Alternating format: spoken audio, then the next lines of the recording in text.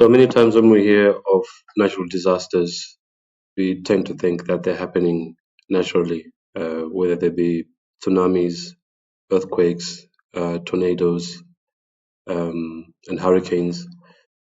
But what if some of these uh, things that are happening around the world are being engineered for uh, a hidden agenda? So, for instance, with the earthquake that happened in Venezuela, I think that maybe today being Saturday, it happened maybe about 2 or 3 days ago.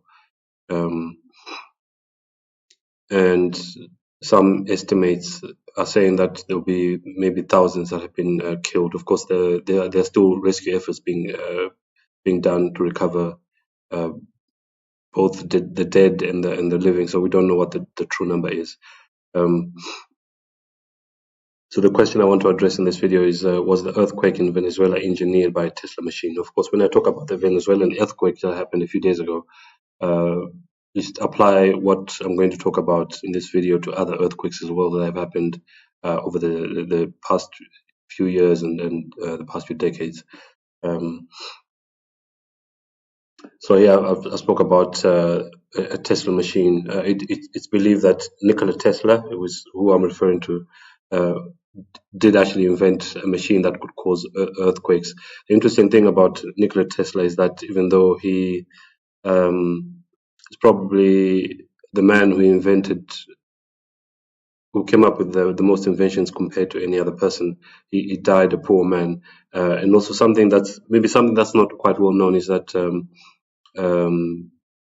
Donald Trump's uncle and the CIA went and basically took all of um, Tesla's inventions. He died in a hotel in New York, I think, if I'm not mistaken. But all his documents or his papers were taken by those working for the CIA. Um, so some of the stuff that he invented may actually being used for nefarious purposes, uh, including earthquakes and specifically the Venezuelan earthquake. Of course, we know that uh, the the U.S. went into Venezuela a few months ago and captured or kidnapped Nicolas Maduro, and of course they kidnapped him based on some trumped up charges, including they say that he was trafficking weapons or something. Um, that all these things are made up. We know that America makes up all these false accusations so they can go in and attack or invade other countries.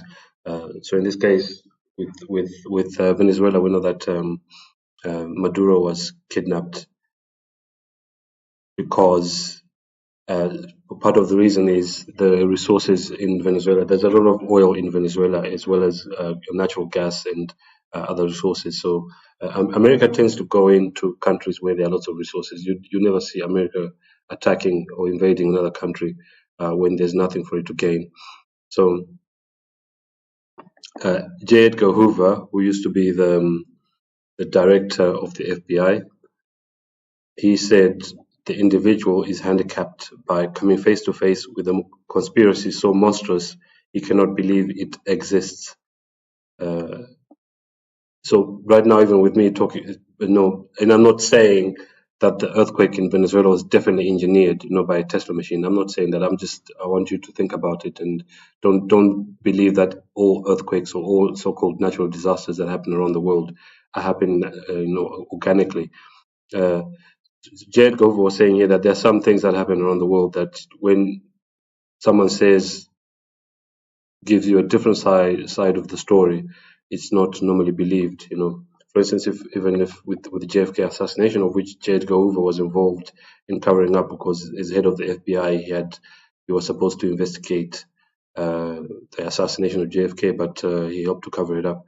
If you give a different side to the story about the JFK assassination, most people won't believe it. If you say that the CIA and the government assassinated JFK, most, especially Americans, they don't want to believe that their own government could assassinate their president. If you say that there was no pandemic between, in 2020 onwards. There was no pandemic. It's just like Joe had to go over said the individual is handicapped. When they come face to face with the truth, they can't believe it because of how monstrous it is. Especially when you say that this pandemic was all about injecting people with toxins and nanoparticles uh, for two main reasons: for the purpose of depopulating the earth and for bringing about transhumanism. They won't believe that because it's just too monstrous. Let's go to the book of Matthew here, and as you can see, these words in red, it means that it was Jesus speaking. So we have Matthew 24 verse 7. It says, "For nation shall rise against nation."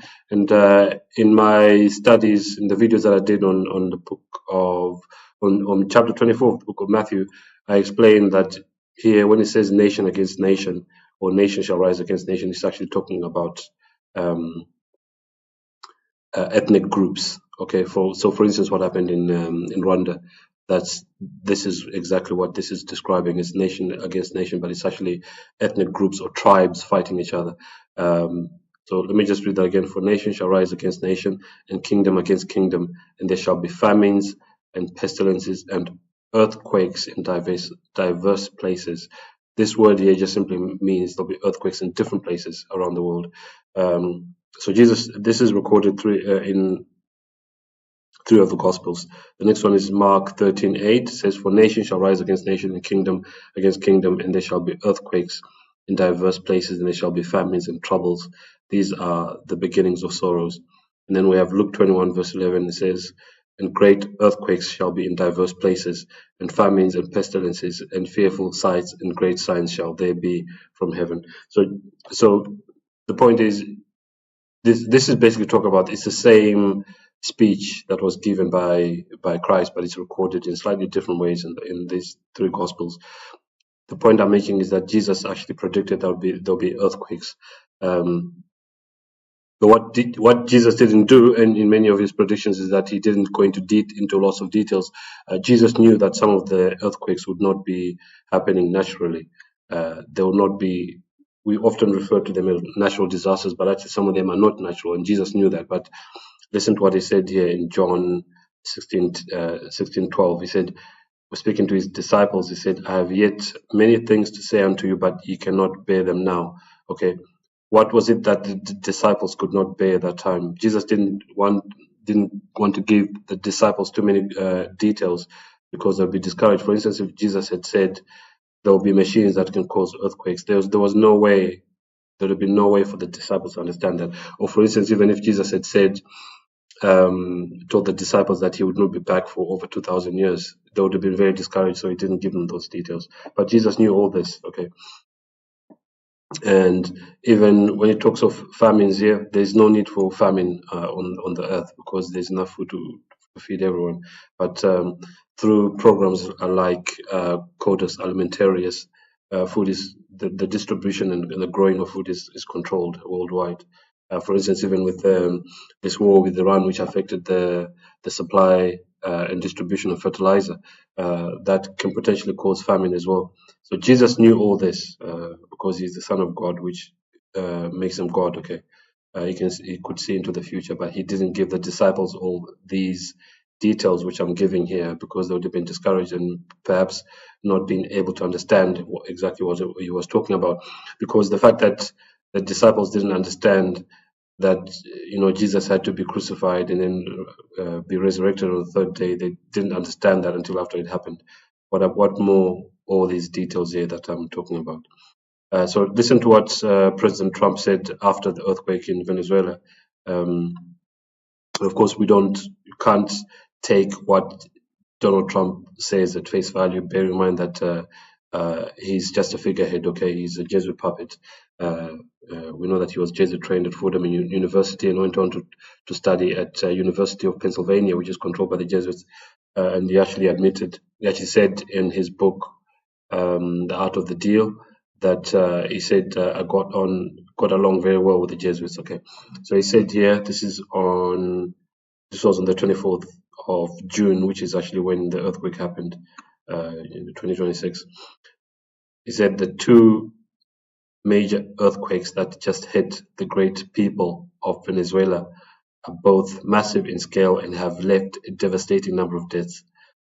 The USA stands ready, willing, and able to help. I have instructed all agencies of my government to get ready to move quickly. We will be there for our new and great friends. Early reports are not good, President DJT. Okay. This is what it says here. The USA stands ready, willing, and able to help. Why? Because there are resources there. Okay. I've instructed all agencies of my government to get ready to move quickly. I'm moving quickly. Why? Because they want to go and steal resources from Venezuela.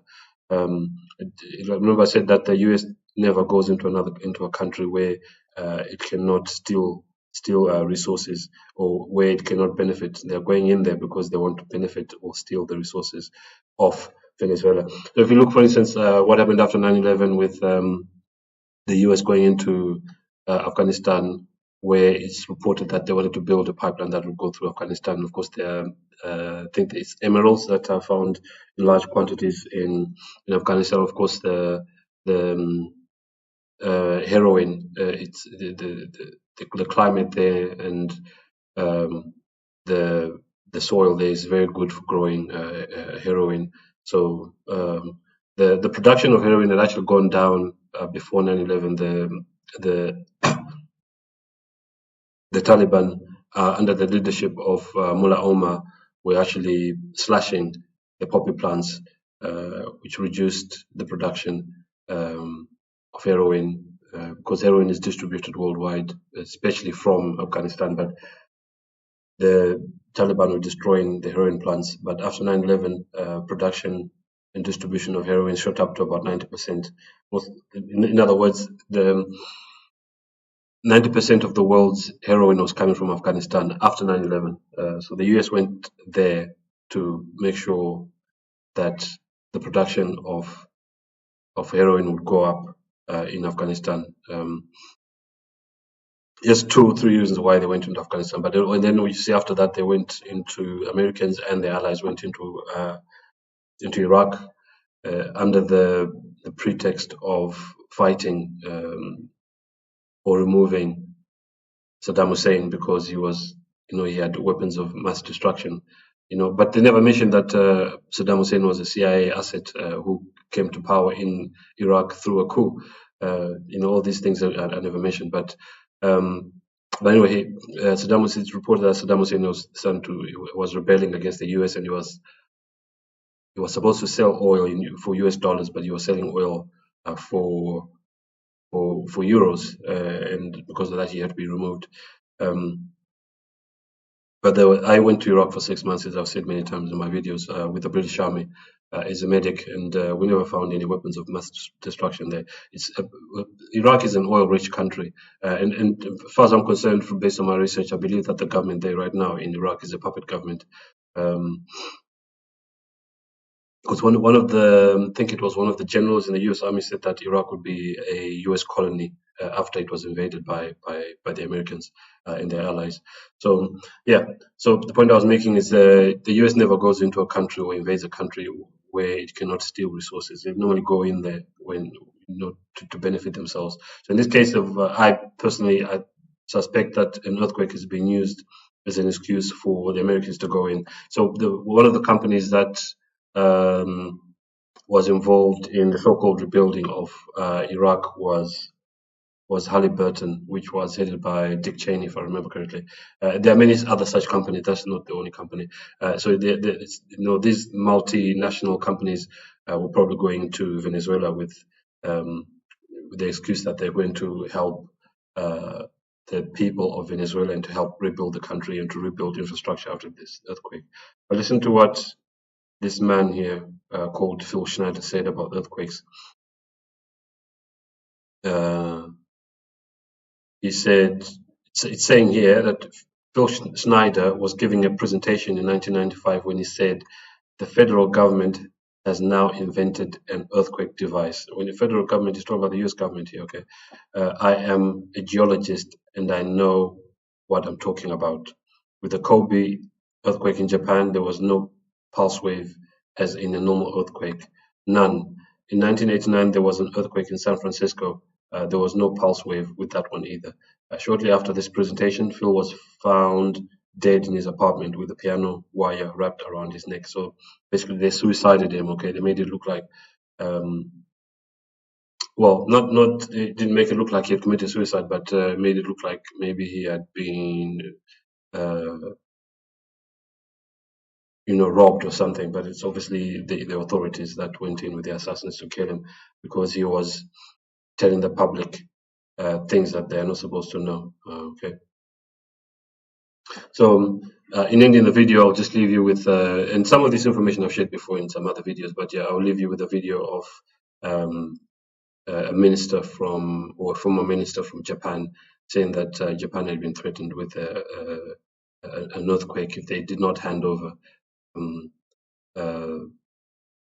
their finances to I think it was the IMF or the World Bank, something like that. So their financial institutions to the IMF or the World Bank. So yeah, sometimes we see things in the news, and for instance, with the earthquake, yes, but also with other incidents, we hear that there was a plane crash, but we don't know the real reasons why the plane crash happened. Sometimes it can actually be perhaps there was someone on board the plane that had to die because they were exposing things that they're not supposed to expose. So, for instance, in this case, we have been told there was an earthquake in Venezuela, but is it natural or unnatural? We can't say for sure. I can't say for sure, but don't believe everything you hear in the media. Sometimes some of these things are engineered and for a purpose that we are not told about in the media. I think that's a very good way of ending the video. So I'll leave you this video. Thanks for watching the video, and I'll see you in the next one. Here I confronted Heizo Takenaka, the former Japanese finance minister, over why he handed over control of the Japanese financial system to a group of American and European oligarchs. He and his envoy told me that it was because Japan had been threatened by an earthquake machine. I did not believe it at the time.